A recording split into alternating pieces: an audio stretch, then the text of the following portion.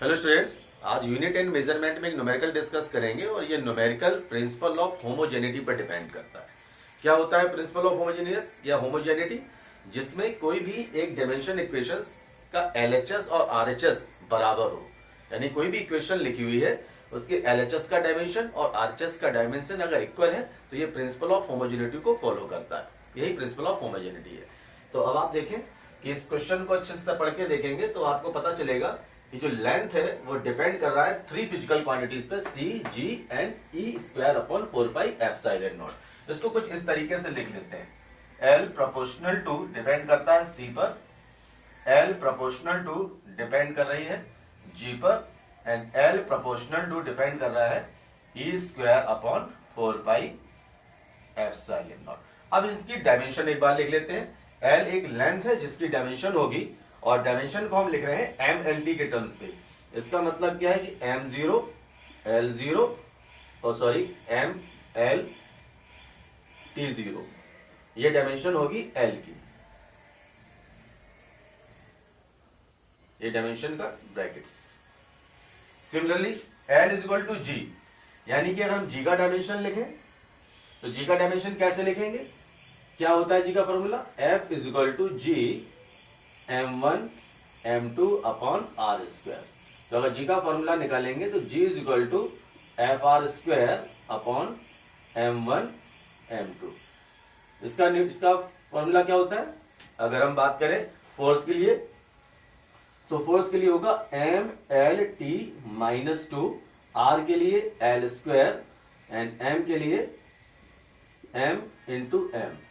एक M से एक M कैंसिल हो जाएगा तो ये आ जाएगा M minus 1 L Q T minus 2। ये हो जाएगा डायमेंशन फॉर्मूला ऑफ G। तो मैं यहां पे लिख देता हूं फॉर्मूला M की power minus 1 L Q T minus 2। एक बार फिर से देख लें ग्रेविटेशनल कांस्टेंट को किस तरीके से निकालना है। ग्रेविटेशनल कांस्टेंट की जो रिलेशन होता है F is equal to G M1 M2 upon R square. हमें G का डायमेंशनल फॉर्मूला चाहिए था तो हमने इसको सिंप्लीफाई कर लिया। G equal to F R square M1 M2। ये फोर्स है। फोर्स का जो डायमेंशनल फॉर्मूला होता है, अगर फोर्स का याद नहीं आ रहा है आपको तो आप फोर्स के लिए भी आप ध्यान रख सकते हैं। F is equal to MA होता है, MA। M हो गया मास और A हो गया एक्सीलरेशन जिसका डायमेंशन होता है LT माइनस 2। तो मैंने लिख दिया MLT माइनस 2। इसके बाद R एक रेडियस है जिसके डायमेंशन होगा L स्क्वायर। R लेंथ है तो लेंथ का डायमेंशन होगा L स्क्वायर और नीचे दो मास दे रखे हैं M1 M2, तो M इंटू M। एक M से एक M कैंसिल हो जाएगा और ये हो जाएगा L Q T minus 2। M ऊपर जाएगा माइनस 1 आ जाएगा तो M minus 1 L Q T minus T minus 2 ये हो जाएगा G का, यानी कि G का डायमेंशन फॉर्मूला हमने लिख लिया।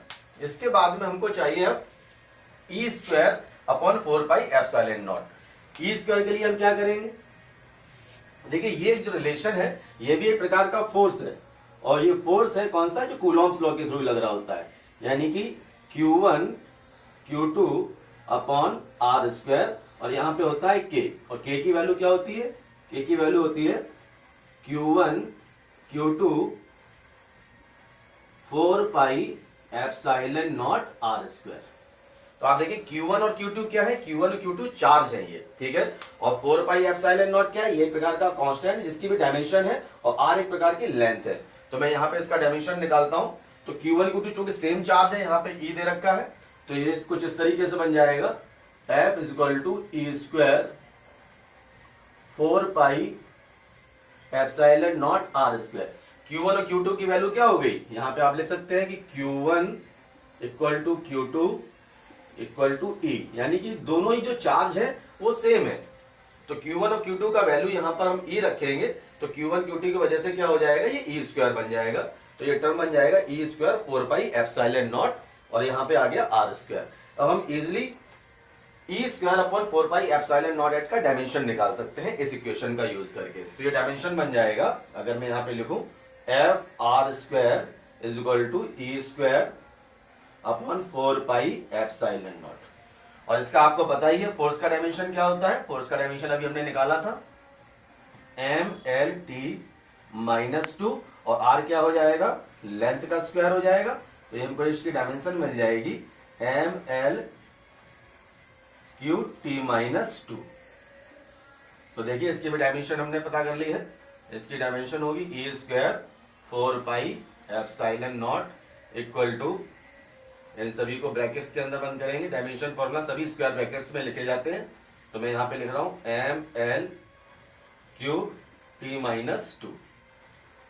एक बार फिर से देख लें कि इस फिजिकल क्वांटिटी का डायमेंशन फॉर्मूला निकालने के लिए हमने क्या रिलेशन निकाला। ये प्रकार का फोर्स होता है जो दो चार्जेस के बीच में एप्लीकेबल होता है। F इक्वल टू के Q1 Q2 upon R square, जहां पे Q1 और Q2 की वैल्यू E के बराबर होगी।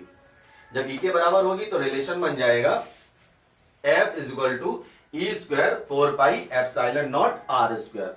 ये कूलॉम्स लॉ में आपने पढ़ रखा होगा।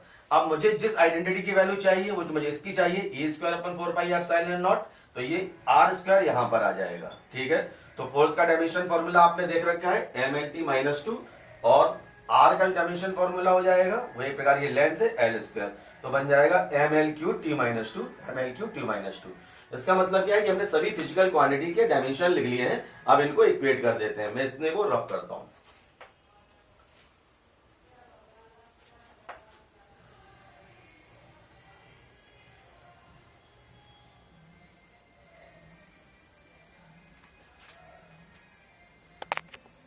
ठीक है स्टूडेंट, डायमेंशन फॉर्मूला लिखने के बाद में अब हमारा काम रह जाता है कि इनको इक्वेट करना। तो देखिए कैसे इक्वेट करते हैं, ये सारी चीजें हमने लिख रही है।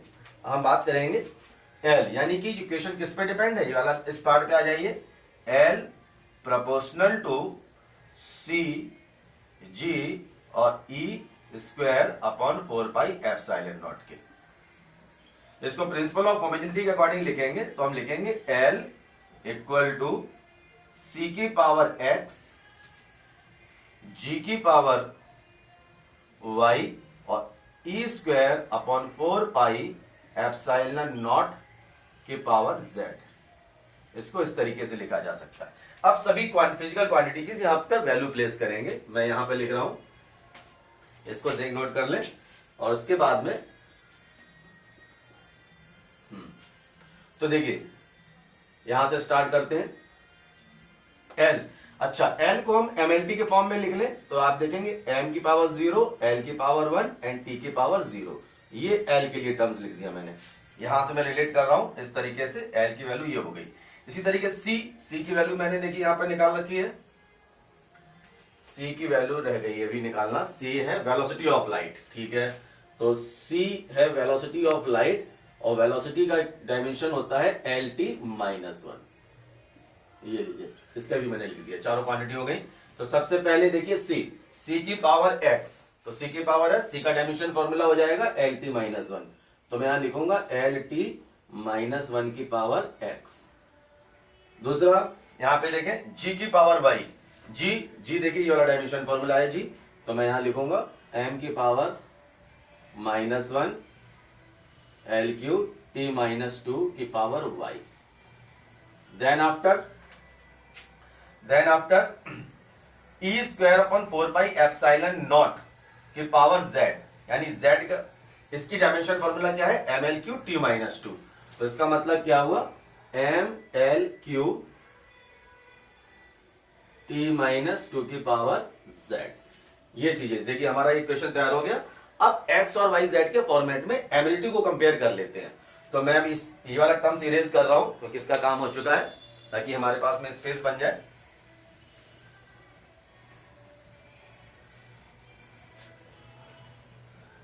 चलिए तो देखिए हमारे पास कितनी फिजिकल क्वांटिटी है एम एल टी। तो मैं सभी के लिए बारी बारी से अलग अलग लिख लेता हूं ताकि इसको सॉल्व करना हमारे लिए आसान हो जाए। तो देखिए मैं यहां पे लिखूंगा m के लिए, यहां पे लिखूंगा l के लिए, और यहां पे लिखता हूं t के लिए। कंपेयर करते हैं। m के लिए देखिए अगर मैं m के टर्म्स लिखूं यहां पर, तो इस जगह पे देखिए m का टर्म 0 है, यहां नहीं है। यहां पे देखिए -1 है और यहां पे देखिए +1 है z। इसका मतलब क्या है कि m के लिए जो हमारे पास में टर्म आएगा वो आएगा -y + z, और m से इसको कंपेयर करेंगे तो 0। फिर से देख लीजिए, इसको समझने में कोई असुविधा हो रही हो तो देखिए यहां पर इस वाले क्वेश्चन में यानी कि एल टी माइनस में m का टर्म है नहीं है, अगर आप अपना कंफ्यूजन दूर करना चाहते हैं तो आप इसको ऐसे भी लिख सकते हैं, तीनों के टर्म्स में अगर आप लिखना चाहें तो m की पावर 0 LT -1। तो देखिए x का तो यहां पर टर्म है नहीं, ये 0 से मल्टीप्लाई हो जाएगा, y यहां पे मल्टीप्लाई करेंगे -1 पर, तो देखिए -y मिलेगा, -y प्लस m के साथ में z, तो प्लस m के साथ में z। तो इक्वेशन बन जाएगी, और m को कंपेयर करेंगे, m के ऊपर लिखेंगे तो इस तरीके से बात बन जाएगी -y प्लस z। ठीक है, और इसको कंपेयर करेंगे LHS से, तो LHS में m की वैल्यू 0 है, तो -y plus z equal to 0 आ गया। इसी तरीके से अब l के बारे में सोचते हैं, सेम l के रूप में लिखेंगे यहां पर। अच्छा, l का टर्म देखें, पहले RHS में देखते हैं। RHS में देखिए l पे देखिए यहां पर 1 लगा हुआ, पावर है 1, तो इसका मतलब क्या हुआ 1x x हो जाएगा। इस वाले में देखें यहां पर 3y प्लस 3y, इस वाले में देखें प्लस 3z। ये तो RHS का टर्म हो गया, इसको LHS से कंपेयर करके देखेंगे तो आपको वैल्यू मिल जाएगी x plus 3y plus 3z equal to 1। ये RHS से मिला ये वाला टर्म हमको, और इसका कंपैरिजन हम LHS से करेंगे, L की वैल्यू के साथ कंपैरिजन करेंगे, प्रिंसिपल ऑफ होमोजेनिटी मिलाएंगे, तो इसकी वैल्यू हमको मिल जाएगी 1। इसी तरीके से अब t के लिए टर्म लिखते हैं। यहां पे देखिए t का टर्म -1 है, यानी कि पहले वाली इस बॉक्स से, इससे हमको मिलेगा t के लिए -1x। ये देखिए t के पावर -1 है, इसको x से मल्टीप्लाई करेंगे तो ये -x मिल जाएगा। यहां पे देखें -2y, यहां -2 है, t की पावर t की पावर -2, तो ये -2y बन जाएगा, और यहां पर मिलेगा हमको -2z। ठीक है, और इसको कंपेयर करेंगे LHS से तो आपको मिल जाएगा -x -2y -2z equal to 0। ये मिलेगी बात। अब x और y z की वैल्यू निकालना, बस ये लास्ट ऑब्जेक्टिव है हमारा। तो देखिए यहां पर हमको एक क्लू मिल गया है कि y की वैल्यू z के बराबर हो गई है। अगर मैं यहां पे लिख दूं z इक्वल टू y, ये हमारे लिए कुछ आसान करेगा काम। इसका मतलब क्या है कि z इक्वल टू y है, तो जहां पे भी y है वहां पे z, या z की जगह पे y रख के एक यहां पे हम सिंप्लीफाई कर सकते हैं। तो मैं क्या कर रहा हूं, z के प्लेस पर y रख दे रहा हूं। तो देखिए अगर z के प्लेस पर y रख दूंगा तो यहां पे बन जाएगा x plus 3y plus 3y is equal to 1। तो ये x plus 6y is equal to 1, ये इक्वेशन बन गई। क्या किया मैंने, देखिए -y प्लस z से इक्वल टू 0 था, तो z इक्वल टू y, और z की वैल्यू मैंने इस इक्वेशन में लगा दी, तो ये 3y बन गया।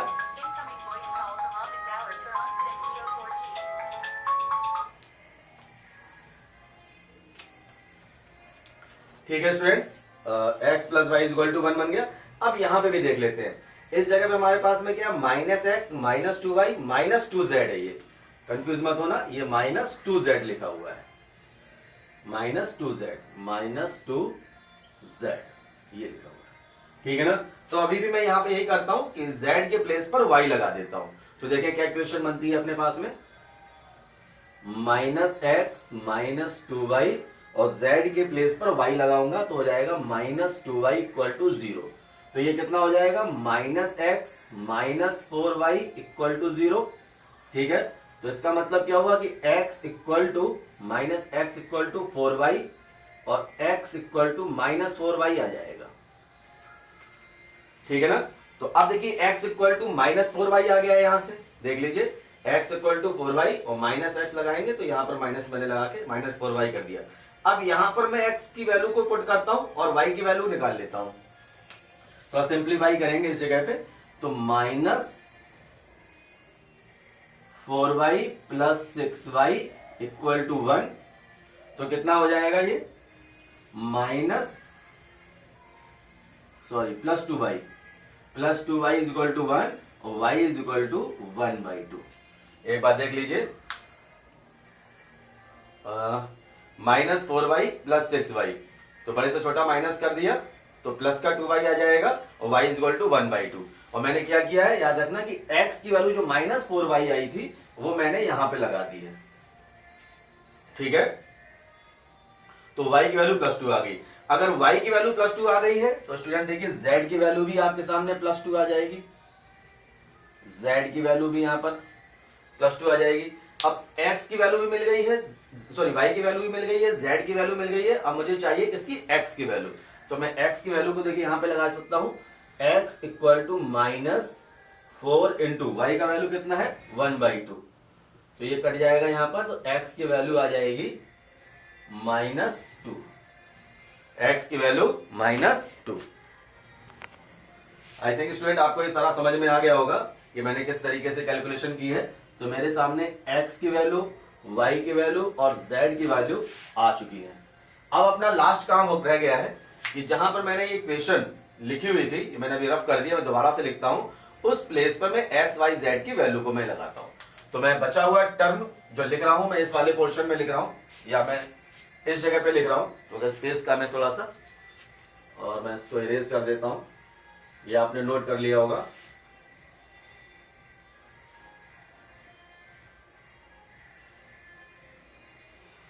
तो इन तीनों इक्वेशन से मैंने इक्वेशन जो बनाया था वो कुछ इस तरीके से था, L इक्वल टू C की पावर X, G की power Y and E square upon 4 pi epsilon naught की पावर Z। देखिए सारी वैल्यूज मैंने निकाल ली है कैलकुलेट करके, x, y, z की वैल्यू। तो अब मैं इनको बारी बारी से पुट कर देता हूं। L इक्वल टू C की पावर x, x की वैल्यू कितनी हुई है यहां पर 2 आई हुई है, तो C की पावर -2, G की पावर y, G की पावर y यानी कि 1/2, और E square upon 4 pi epsilon naught की पावर 1/2। अब इसको आंसर के अकॉर्डिंग थोड़ा सा मैच कर लेते हैं। देखिए C की पावर -2 है, तो इसको लिखा जा सकता है 1/c स्क्वायर, और G की पावर 1/2 है, ये भी इसकी पावर की 1/2 है, तो इसका मतलब क्या है कि इसको एक साथ कंबाइंड में लिखा जा सकता है GE square upon 4 pi epsilon naught की पावर 1/2। तो आप देखिए इससे कौन सा ऑप्शन मैच कर रहा है आपका, L is equal to 1/c square GE square 4 pi epsilon naught 1/2। इसका मतलब A option is correct. Hello students, next question discuss करते हैं। If the dimension of critical velocity Vc of liquid following through the tube are expressed as a eta x rho r and r square, where eta rho and r are the coefficient of viscosity, liquid density, coefficient of viscosity of liquid, second density of liquid and radius of the tube are respectively, then x, y, z की हमको dimension values निकालनी है इस बार। तो सबसे पहले बात करते हैं कि क्रिटिकल वेलोसिटी क्या होती है। देखिए क्रिटिकल वेलोसिटी का मतलब क्या होता है, जब हम किसी भी ऑब्जेक्ट को फ्री फॉल करते हैं तो उस समय फोर्स ऑफ ग्रेविटी और एयर रेजिस्टेंस जब इक्वल होते हैं तो इसको क्रिटिकल वेलोसिटी बोला जाता है। ठीक है, इसके बाद में हम बात करते हैं इन सभी फिजिकल क्वांटिटीज की, ईटा, रो एंड आर की, जो किसके बराबर है, क्रिटिकल वेलोसिटी के बराबर है। तो फिर से देखिए प्रिंसिपल ऑफ होमोजेनिटी लगाते हैं और इसको हम लिख लेते हैं, यानी क्रिटिकल वेलोसिटी प्रोपोर्शनल टू ईटा, और इसको मैं मान लेता हूं x, ये y मान लेते हैं, this is the y and this is z, sorry, ठीक है ना। Similarly critical velocity equal to the rho density हो जाएगी, and critical velocity proportional to r square radius के बराबर, और इसको लिख सकते हैं Vc proportional to eta x rho की power y and r square and z, r की पावर z, r की पावर z है, ठीक है। अच्छा, अब सभी का डायमेंशन लिखते हैं। डायमेंशन सबसे पहले मैं लिख लेता हूं यहां पर। ईटा का डायमेंशन क्या होगा, ईटा क्या होता है, कोफिशिएंट ऑफ विस्कोसिटी है, इसका मतलब force into distance upon area into velocity, area into velocity. तो ईटा का डायमेंशन फॉर्मूला निकाल लेते हैं। फोर्स क्या हो जाएगा, mlt-2 इंटू डिस्टेंस, डिस्टेंस क्या हो जाएगा l, एरिया क्या हो जाएगा l into l, and similarly velocity हो जाएगा आपका एल टी माइनस वन। तो डायमेंशन फॉर्मूला बना लेते हैं इसका। एक एल से एक एल कैंसिल हो जाएगा यहां पर, और यहां पर दो ऊपर पहुंच जाएंगे, एक एल से ये भी कैंसिल हो जाएगा, तो ये बनेगा M L minus one T minus three, नहीं T minus one, T minus one, M L minus one T minus one. ये ईटा के लिए था। इसी तरीके से हम निकालते हैं डेंसिटी के लिए। तो डेंसिटी के लिए क्या हो जाएगा, डेंसिटी का मतलब होता है mass upon volume, mass upon volume. तो ये मास हो जाएगा m, वॉल्यूम हो जाएगा ml3 माइनस 3। तो ये डायमेंशन फॉर्मूला हमारे पास में आ गया वॉल्यूम का। और इसके बाद में r की पावर z है, ये स्क्वायर लग रहा है आपको, रेडियस ये r हो जाएगा, और r हो जाएगा लेंथ के लिए, यानी कि r is equal to l। ये इसका तीनों के डायमेंशन फॉर्मूले मैंने लिख लिए। ईटा के लिए लिख लिया मैंने, रो के लिए लिख लिया है, एंड एल के लिए लिख लिया है, ये तीनों लिख लिए। अब क्या करना है, डायमेंशन फॉर्मूला पुट करेंगे और उसके बाद में इनको इक्वेट करते हैं, इक्वेशन बनाते हैं, ये अपना काम रह जाएगा। तो ये वेलोसिटी है, इसके बारे में भी लिख देता हूं मैं। Velocity L T minus one होता है, ताकि आपको याद रहे कि किसमें क्या यूज किया। क्रिटिकल वेलोसिटी कोई भी वेलोसिटी है उसका डायमेंशन फॉर्मूला यही रहेगा। तो अब इक्वेशन को इक्वेट करते हैं। L T minus one equal to eta, eta की वैल्यू कितनी है, ईटा की वैल्यू है M L minus one T minus one की पावर एक्स। अच्छा, रो की वैल्यू कितनी आई है, M L three, M L minus three की पावर वाई, और आर की वैल्यू कितनी है, आर की वैल्यू एल है, और ये हो गया जेड। ठीक है, अब x और y z को कंपेयर करेंगे, यानी कि RHS को LHS के साथ कंपेयर करेंगे। और अपनी सुविधा के लिए यहां पर m की पावर 0 लिख सकते हो आप, ठीक है ना। तो मैं यहां पे बारी बारी से तीनों इक्वेशन लिख लेता हूं, जैसे मैंने पहले वाले क्वेश्चन में किया था सॉल्व, इसी तरीके से। अच्छा, तो यहां पे पहले m के लिए, फिर l के लिए, और यहां पर लिखेंगे हम t के लिए टर्म्स। ठीक है, तो देखिए m के लिए सबसे पहले यहां से देखिए RHS में m की पावर x आएगा, क्योंकि देखिए m की पावर 1 है, यहां पर m की पावर y आ जाएगा, और l की पावर z आ जाएगा। इसका मतलब क्या है कि m की power x plus y plus z बनेगा। फिर से देख लें, m की पावर x, m की पावर y और l की पावर z। ठीक है, इसी तरीके से l के लिए लिख लेते हैं। l की पावर यहां से कितना आ जाएगा, माइनस एक्स, यहां से माइनस एक्स, और यहां से minus three Y, minus three Y, और यहां से एक गलती हो गई, m का टर्म यहां पे नहीं है, सॉरी, x प्लस वाई रहेगा। m के लिए x और y के लिए x प्लस वाई, m का टर्म यहां पे है नहीं, x प्लस वाई रहेगा। इस जगह पे l के लिए देखें, l के लिए x, और दूसरा l के लिए माइनस थ्री वाई, और l के लिए यहां पर यानी कि z, ये बनेगा। t के लिए टर्म देख लें, यहां पर माइनस एक्स, माइनस एक्स, और यहां पे टर्म है नहीं, यहां पे टर्म है नहीं, इसका मतलब ये वैल्यू है। ठीक है, एक बार फिर से मैं मैच करा देता हूं। एक्स वाई जेड के टर्म, m के लिए यहां पे m का टर्म है, यहां पे भी m का टर्म है, यहां पे नहीं है, तो m का x आ जाएगा यहां पर, m का y x प्लस वाई हो जाएगा। सिमिलरली l का टर्म देखिए, यहां पे माइनस वन है, इसका मतलब माइनस एक्स हो गया, l का माइनस थ्री वाई, और एक l का यहां पर z, ये z हो गया। इसी तरीके से टर्म t के लिए देखते हैं, t के लिए ये माइनस t की पावर x आएगा, यहां भी टाइम का टर्म नहीं है, यहां भी टाइम का टर्म नहीं है, तो ये जीरो हो जाएगा। अब इसको LHS के साथ इक्वेट कर लेते हैं। तो m के लिए x प्लस वाई की वैल्यू आ जाएगी जीरो, क्योंकि देखिए यहां पे m की वैल्यू जीरो आ रही है।